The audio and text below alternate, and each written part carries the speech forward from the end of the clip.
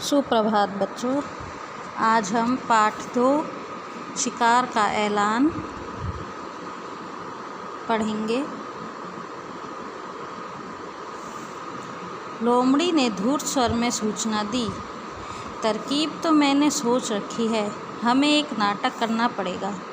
कल हमने पढ़ा था कि शेर को चोट लगने के कारण वह शिकार नहीं कर पा रहा था और जिसके कारण मैं काफ़ी दिनों से भूखा था। तो अब लोमड़ी ने धूर्त स्वर में सूचना दी, तरकीब तो मैंने सोच रखी है, हमें एक नाटक करना पड़ेगा। सब लोमड़ी की तरकीब सुनने लगे। तरकीब मीन्स उसकी योजना। तरकीब योजना के अनुसार चापलूस मंडली शेर के पास गई। सबसे पहले चील बोली, महाराज आपका भूखे पेट रहकर मरना मुझसे नहीं देखा जाएगा, आप मुझे खाकर अपनी भूख मिटाइए। चील ने कहा पहले शेर से कि आप मुझे खा लीजिए, आप क्योंकि वो तो चापलूस थे, मीठे स्वर में बात कर रहे थे कि वो कह रही थी चील कि आप मुझे खाकर अपना पेट भर लीजिए। पर ये तो सब उनकी योजना थी, उनकी तरकीब थी।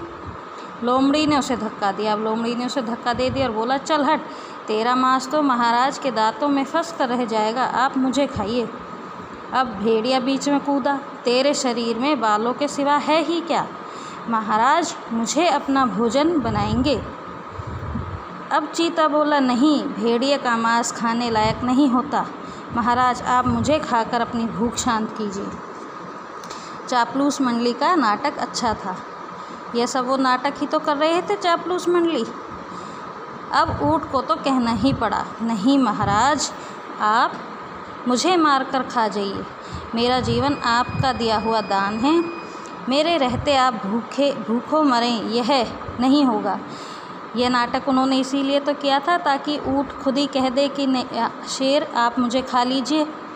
इसीलिए वो ये नाटक कर रहे थे चापलूस मंडली, जिसमें चीता, चील, लोमड़ी और भेड़िया था। ये सब उनका नाटक था। अब चापलूस मंडली तो यही चाहती थी, सभी एक स्वर में बोले यही ठीक रहेगा महाराज। अब तो ऊँट खुद ही कह रहा है, उन्होंने कहा महाराज यही सही रहेगा। अब तो ऊँट स्वयं कह रहा है कि आप मुझे मारकर खा लीजिए, तो ऐसा ही करते हैं। इसका मतलब उनकी तरकीब काम आई, उनका नाटक काम कर गया। चीता बोला महाराज आपको संकोच ना हो तो हम इसे मार दें। चीता व भेड़िया एक साथ ऊँट पर टूट पड़े और ऊँट मारा गया। वो यही तो चाहते थे, पहले से ये चाहते थे कि ऊँट मर जाए, है ना। तो चापलूसों की दोस्ती हमेशा खतरनाक होती है, इनसे हमेशा बचकर रहना चाहिए। ओके बच्चों, यानी जो लोग ज़्यादा चापलूसी करते हैं, हमें उन लोगों से दोस्ती नहीं करनी चाहिए, उनसे बचकर रहना चाहिए। ओके क्लास, अब आप सभी बच्चे इस पाठ को दोबारा से एक बार पढ़ेंगे तथा इसके शब्दार्थ अपनी नोटबुक में लिखेंगे। ओके।